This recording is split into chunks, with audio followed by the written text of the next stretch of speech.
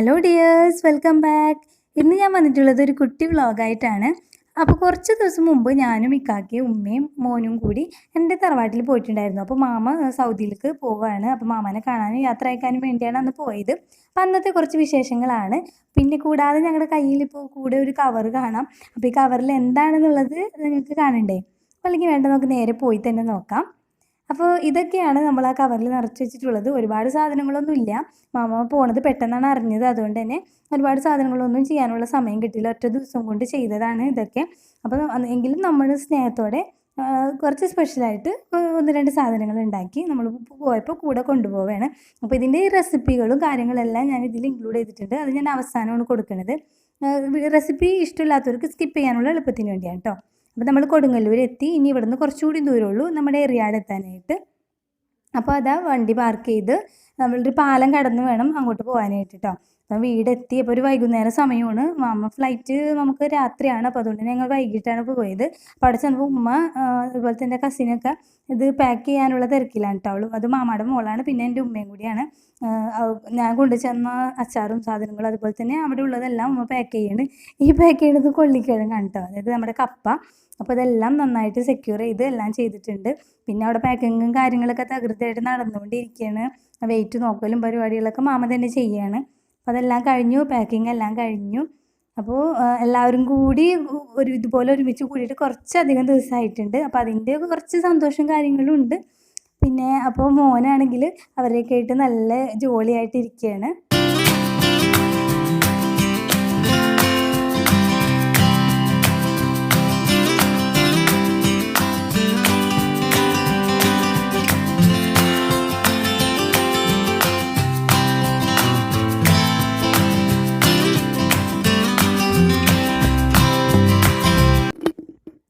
അങ്ങനെ കുറച്ച് സമയം കഴിഞ്ഞപ്പോൾ ഉപ്പയും ഉമ്മയും കാക്കയും തിരിച്ചു പോയിട്ടാണ്. ഞാൻ എൻ്റെ വീട്ടിൽ കുറച്ച് ദിവസം നിൽക്കാൻ കൂടി വന്നതാണ്. അപ്പോൾ ഇവിടുന്ന് ഞാൻ നേരെ എൻ്റെ വീട്ടിലേക്ക് പോവുകയാണ് ചെയ്തത്. അപ്പോൾ അന്നത്തെ വിശേഷങ്ങളൊക്കെ അവിടെ കഴിഞ്ഞ് ഇനി നമുക്ക് നേരെ നമ്മുടെ റെസിപ്പിയിലേക്ക് പോവാം. അപ്പോൾ ആദ്യമായിട്ട് ഞാൻ ഉണ്ടാക്കിയത് ഒരു ബീട്രൂട്ട് അച്ചാറാണ്. അപ്പോൾ ബീട്രൂട്ട് അരിഞ്ഞെടുക്കുന്നതിന് പകരം ഞാൻ ഇതുപോലെ ഇങ്ങനെ ഗ്രേറ്റ് ചെയ്താണ് എടുത്തത്. ഒരു 3 വലിയ ബീട്രൂട്ട് എടുത്തപ്പോൾ ഇത്രയും ഉണ്ടായിരുന്നു. അപ്പോൾ അതുപോലെ തന്നെ അപ്പോൾ ആ സമയത്ത് ഉമ്മ എനിക്ക് മാങ്ങയൊക്കെ അരിഞ്ഞ് തരാമെന്ന് പറഞ്ഞു. അപ്പോൾ മാങ്ങ അരിഞ്ഞെടുത്തിട്ടുണ്ട്. അതുപോലെ തന്നെ ഇത് പുളിങ്കറിക്കുള്ളൊരു മുളകൊക്കെയാണ്. അപ്പോൾ അതൊക്കെ നുറുക്കി വെച്ചിട്ടുണ്ട്. അപ്പോൾ മാങ്ങ അരിഞ്ഞ ഉടനെ തന്നെ കുറച്ച് ഉപ്പൊക്കെ ഇട്ട് ഒന്ന് തിരുമ്മി വെക്കാം കേട്ടോ. അപ്പോൾ അതങ്ങനെ വെച്ച് കഴിഞ്ഞാൽ അത്യാവശ്യം പുളിയൊക്കെ ഉണ്ടെങ്കിൽ ആ വെള്ളം നമുക്ക് കുറച്ച് കഴിയുമ്പോൾ അത് ഇതിൽ നിന്ന് സെപ്പറേറ്റ് ചെയ്ത് കിട്ടും. അപ്പോൾ നമ്മൾ അച്ചാറിട്ട് തുടങ്ങുകയാണ്. അപ്പോൾ ആദ്യം തന്നെ ബീട്രൂട്ട് അച്ചാറാണ് നേരത്തെ പറഞ്ഞ പോലെ തന്നെ ചെയ്യാൻ പോകുന്നത്. അപ്പോൾ അതിന് വേണ്ടി നല്ല എണ്ണ, കുറച്ച് ദിവസം ഇരിക്കേണ്ട അച്ചാറൊക്കെ ആയതുകൊണ്ട് എന്തായാലും എണ്ണയിൽ തന്നെ ചെയ്യണം. അപ്പോൾ എണ്ണയിൽ ഒരു 2 ഉലുവയും കുറച്ച് കടുകും പൊട്ടിച്ചെടുത്തിട്ട് പിന്നെ അതിലേക്ക് കുറച്ച് പച്ചമുളകും അതുപോലെ തന്നെ വെളുത്തുള്ളി ഇട്ടൊന്ന് ജസ്റ്റ് ഒന്ന് വഴറ്റിയെടുക്കണം. അപ്പോൾ അതിലേക്ക് പിന്നെ നല്ലൊരു ഇഞ്ചിയുടെയും വെളുത്തുള്ളിയുടെയും ഫ്ലേവറിന് വേണ്ടി കുറച്ച് പേസ്റ്റും കൂടിയും ചേർത്തിട്ടുണ്ട് കേട്ടോ, ജിഞ്ചർ ഗാർലിക് പേസ്റ്റ്. ഇനി ഇതെല്ലാം കൂടിയിട്ട് നന്നായിട്ടൊന്ന് വഴറ്റിയെടുക്കാം. അപ്പോൾ ഇതൊന്ന് ജസ്റ്റ് ഒന്ന് സ്മെല്ലൊക്കെ ഒന്ന് മാറി തുടങ്ങിയപ്പോൾ ഇതിലേക്ക് കുറച്ച് ഉണക്കമുളക് ചതച്ചത് ചേർക്കുന്നുണ്ട്. അപ്പോൾ ഇതൊന്ന് വഴന്ന് വന്നു കഴിഞ്ഞിട്ടുണ്ടെങ്കിൽ നമുക്ക് ഇതിലേക്ക് പൊടികൾ ചേർക്കാം. അപ്പോൾ ആദ്യം തന്നെ മഞ്ഞൾപ്പൊടി ഞാൻ ഓരോന്നൊന്നിട്ടൊന്ന് സെപ്പറേറ്റ് ചേർക്കുന്നുള്ളൂ. ഒരുമിച്ച് വേണമെങ്കിൽ ഒരുമിച്ച് ചേർക്കാം. അപ്പോൾ മഞ്ഞൾപ്പൊടി ചേർത്ത് ഒന്ന് മിക്സ് ചെയ്ത് കഴിഞ്ഞതിന് ശേഷം ഇതിലേക്ക് 1 ടേബിൾ സ്പൂൺ മുളക് പൊടി ചേർത്തിട്ടുണ്ട്. ടേബിൾ സ്പൂൺ എന്ന് പറയുമ്പോൾ നമ്മുടെ മെഷറിംഗ് സ്പൂൺ അല്ല കേട്ടോ, സാധാ സ്പൂണ് മുളക് പൊടി ചേർത്തിട്ടുണ്ട്. പിന്നെ ഇതിലേക്ക് അച്ചാർ പൊടിയാണ് ചേർത്ത് കൊടുത്തത്. അപ്പോൾ അച്ചാർ പൊടി കൂടുതലായിട്ട് ചേർത്ത് കൊടുക്കാൻ വേണ്ടിയാണ് മുളക് പൊടി കുറച്ച് ചേർത്തത്. അപ്പോൾ ഇത് നന്നായിട്ട് ഇനി ഒന്നായി ഒരു കുത്തൊക്കെ പോണ ഒരു പാകമാവണ വരെ നന്നായിട്ടൊന്ന് മിക്സ് ചെയ്തിട്ടുണ്ട്. ഇനി ഇതിലേക്ക് വിനീഗർ ചേർത്ത് കൊടുക്കുക. അപ്പോൾ വിനീഗർ അത്യാവശ്യം കൂടുതൽ നന്നായിട്ട് തന്നെ വേണ്ടി വരും ബീട്രൂട്ടിന്. മാങ്ങയൊന്നും പോലെ പുളി ഉണ്ടാവില്ലല്ലോ, അപ്പോൾ അതുകൊണ്ട്. അപ്പോൾ ആദ്യം തന്നെ കുറച്ച് വിനീഗർ ചേർത്തിട്ടുണ്ട്. ഒരു പൊടികളുടെയൊക്കെ ഒരു കുത്ത് പോയി കഴിഞ്ഞതിന് ശേഷം നമ്മൾ ഇതിലേക്ക് ബീട്രൂട്ട് ചേർത്ത് നന്നായിട്ടൊന്ന് ഇളക്കിയെടുക്കുകയാണ്. അപ്പോൾ ഇത് ഒരുപാട് അങ്ങോട്ട് വെന്തോടെയാൻ നിൽക്കരുത്. ജസ്റ്റ് ഒന്ന് ഒരു പച്ചപ്പൊക്കെ ഒന്ന് പോയി കഴിയുമ്പോൾ തന്നെ നമ്മളിത് ഓഫ് ചെയ്യണം ഫ്ലെയിം. അല്ലെങ്കിൽ ഒരുപാട് വെന്ത് കുഴഞ്ഞു പോയി കഴിഞ്ഞാൽ നമ്മൾ വിചാരിച്ച ഒരു ടേസ്റ്റ് ഇതിന് കിട്ടില്ല. അപ്പോൾ പാകത്തിന് ഉപ്പും ചേർത്ത് നന്നായിട്ട് ഒന്ന് ഇളക്കി വേവിച്ചെടുക്കണം.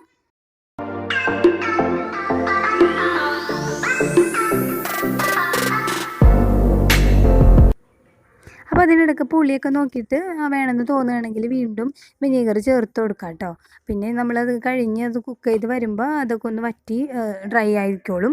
പിന്നെ ഇതിലേക്ക് കുറച്ച് കായത്തിൻ്റെ പൊടി ചേർത്ത് കൊടുത്തിട്ടുണ്ട്. അപ്പോൾ ഇനി ഇതിലേക്ക് കുറച്ച് കറിവേപ്പിലയും കൂടി ചേർത്ത് കൊടുക്കാം കേട്ടോ. അപ്പോൾ ഇനിയിപ്പോൾ ഇതിൻ്റെ പരുവ് ഇതല്ല, ഒന്നും കൂടി ഒന്ന് വറ്റി വരാനുണ്ട്. അപ്പോൾ അതിന് വേണ്ടി വെയിറ്റ് ചെയ്യാണ്. ശരിക്കും കണ്ടോ, ഇപ്പോൾ നല്ലൊരു പാകമായിട്ടുണ്ട് കേട്ടോ. ടേസ്റ്റൊക്കെ ഈ ഒരു സമയത്ത് നിങ്ങൾക്ക് ഉപ്പും പുളിയൊക്കെ കുറവുണ്ടെങ്കിൽ എല്ലാം അതൊക്കെ ചേർത്ത് കൊടുക്കണം. ഇനി ഇതൊന്ന് ജസ്റ്റ് ഒന്ന് വറ്റിച്ചെടുക്കാം. അപ്പോൾ കണ്ടോ, ഇപ്പോൾ വറ്റി നല്ല പാകമായിട്ടുണ്ട്. ഒരുപാട് വെന്തിട്ടില്ല. ബീട്രൂട്ടൊക്കെ നമുക്ക് ഇതിൽ നന്നായിട്ട് കടിക്കാൻ കിട്ടുന്നുണ്ട്. അപ്പോൾ ഇത്രേ ഉള്ളൂ, നമ്മുടെ ബീട്രൂട്ട് അച്ചാർ റെഡിയായി. അടുത്തതായിട്ട് ഞങ്ങൾ ഉണ്ടാക്കിയത് ഒരു സ്പൈസി പുളിങ്കറിയാണ്. അത് ഉമ്മയുടെ സ്പെഷ്യലാണ്.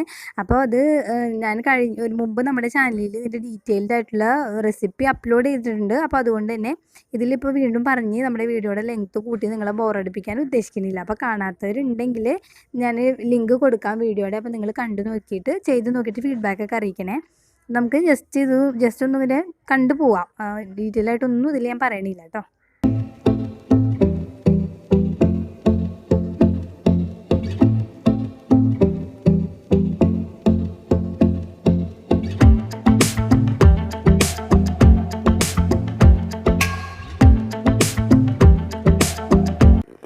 അപ്പോൾ നമ്മുടെ പുളിങ്കറി ഇവിടെ റെഡി ആയിക്കൊണ്ടിരിക്കുകയാണ്.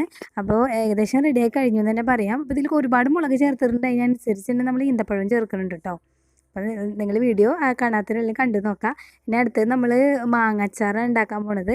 അപ്പോൾ മാങ്ങാച്ചാർ എന്ന് പറയുമ്പോൾ മാങ്ങ വരട്ടിയാണ് അച്ചാർ ഇടാൻ. അപ്പോൾ അതുകൊണ്ട് തന്നെ അതിൻ്റെ റെസിപ്പി ചെയ്യണതിനോടൊപ്പം തന്നെ പറയാം. അപ്പോൾ ഇതിന് വേണ്ടി നമ്മൾ നല്ല എണ്ണ തന്നെ എടുത്തേക്കാണ്, അതായത് എള്ളെണ്ണ. അപ്പോൾ അതിലേക്ക് നേരത്തെ ചെയ്ത പോലെ തന്നെ കടുകൊക്കെ പൊട്ടിച്ചിട്ട് പിന്നെ ഞാൻ ചേർത്ത് കൊടുക്കുന്നത് വെളുത്തുള്ളി ഇഞ്ചിയും ചതച്ചിട്ടാണ് കേട്ടോ ഇതിൽ ചേർത്ത് കൊടുത്തേക്കുന്നത്. അപ്പോൾ അത്യാവശ്യം ഒരുവിധം ഇതിൽ കറക്റ്റ് അളവൊന്നും നോക്കിയിട്ടില്ല കേട്ടോ. സത്യം പറഞ്ഞു കഴിഞ്ഞാൽ ഒരു കൈ അളവിൽ അങ്ങോട്ട് എടുത്തതാണ്. അപ്പോൾ ജസ്റ്റ് പ്രൊസീജിയർ മാത്രം ഒന്ന് പറഞ്ഞു പോവാം. വെളുത്തുള്ളി ഇഞ്ചിയൊക്കെ അച്ചാറിൽ നമ്മൾ ചേർക്കണത് കൂടുതൽ ചേർത്താൽ കൂടുതൽ ടേസ്റ്റ് ഉണ്ടാവും, അത്രേ ഉള്ളൂ. അപ്പോൾ പിന്നെ എരിവിന് വേണ്ടിയും അതുപോലെ തന്നെ ഈ വരട്ടുമ്പോൾ ഒരു സ്പെഷ്യൽ ടേസ്റ്റ് കിട്ടാൻ വേണ്ടി നമ്മൾ കുറച്ച് ഉണക്കമുളക് കുറച്ച് അധികം തന്നെ ചതച്ച് ചേർത്തിട്ടുണ്ട്. ഇനി അതിലേക്ക് അതൊന്നും മൂത്ത് വന്നപ്പോൾ അതിലേക്ക് മുളക് പൊടിയാണ് ചേർത്ത് കൊടുത്തത്. അപ്പോൾ ഇതിൽ ഞാൻ കാശ്മീരി ചില്ലി പൗഡറാണ് ഉപയോഗിച്ചേക്കുന്നത്. അത് കാരണം എന്താണെന്ന് വെച്ചാൽ ഉണക്കമുളക് തന്നെ അത്യാവശ്യം നല്ല എരിവ് കൊടുക്കും ഇതിന്. പിന്നെ ഇനി അച്ചാർ പൊടിയൊക്കെ ചേർക്കണമുണ്ടല്ലോ. അപ്പോൾ അതുകൊണ്ട് ഞാൻ കാശ്മീരി ചില്ലി പൗഡറാണ് കേട്ടോ ചേർക്കണേ. അപ്പോൾ ഇതെല്ലാം കൂടി നന്നായിട്ടൊന്ന് മൂത്ത് വരണം. അപ്പോൾ അതിനോടൊപ്പം തന്നെ ഇത് കരിയാതെ നോക്കണം. കരിഞ്ഞ് കഴിഞ്ഞിട്ടുണ്ടെങ്കിൽ പിന്നെ വരട്ടിയ മാങ്ങക്ക് ഒരു കഴിച്ച രുചി ഉണ്ടാവും. അപ്പോൾ അതിൻ്റെ ഇടയിൽ കൂടി കുറച്ച് കറിവേപ്പിലയും കൂടി ചേർത്ത് കൊടുക്കുക. അപ്പോൾ അത് മൊരിഞ്ഞ് വരുമ്പോൾ വെളിച്ചെണ്ണയ്ക്ക് നല്ലൊരു കറിവേപ്പിലയുടെ ഒരു ടേസ്റ്റ് കൂടി കിട്ടാനാണ്. ഇത് മൂത്ത് വന്ന് കഴിയുമ്പോൾ നമ്മൾ ഒത്തിരി കറിവേപ്പില ചേർത്ത് കൊടുക്കുക.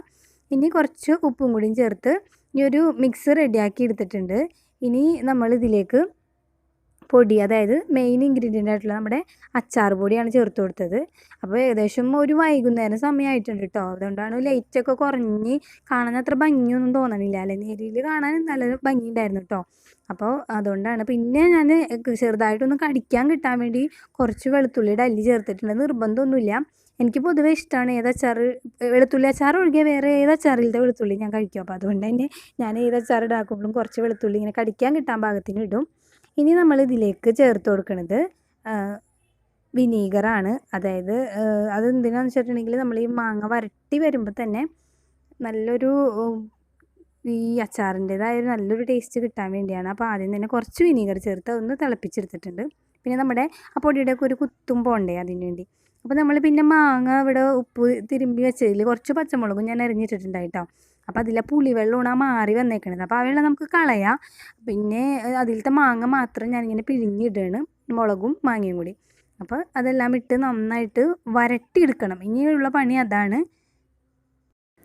സാധാരണ നമ്മൾ വരട്ടി അച്ചാറിടുമ്പോൾ തോലോടുകൂടി അരിയണായിരിക്കും നല്ലത്. പക്ഷേ ഈ മാങ്ങയുടെ തോലിന് ഒരു വല്ലാത്തൊരു കട്ടി ഉണ്ടായിരുന്നു. അപ്പോൾ കയ്പ്പ് വന്നാലോ എന്ന് പേടിച്ചിട്ടാണ് ഞങ്ങൾ അങ്ങനെ ചെയ്യാതിരുന്നത്. അപ്പോൾ തോലില്ലാതെ ചെയ്യുമ്പോൾ ശ്രദ്ധിക്കേണ്ടത് ഒരുപാട് വരട്ടി അത് വേവിച്ചെടുക്കരുത്.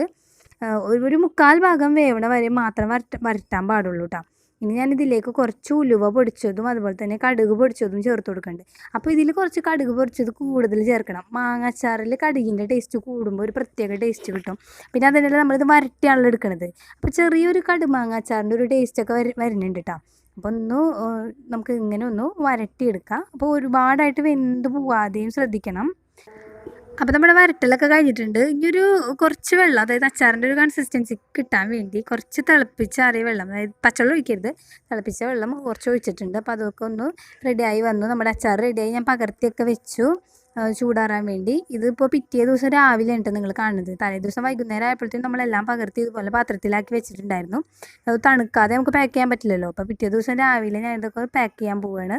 ഇത്രയാണ് നമ്മൾ ഉണ്ടാക്കിയ ഐറ്റംസ്.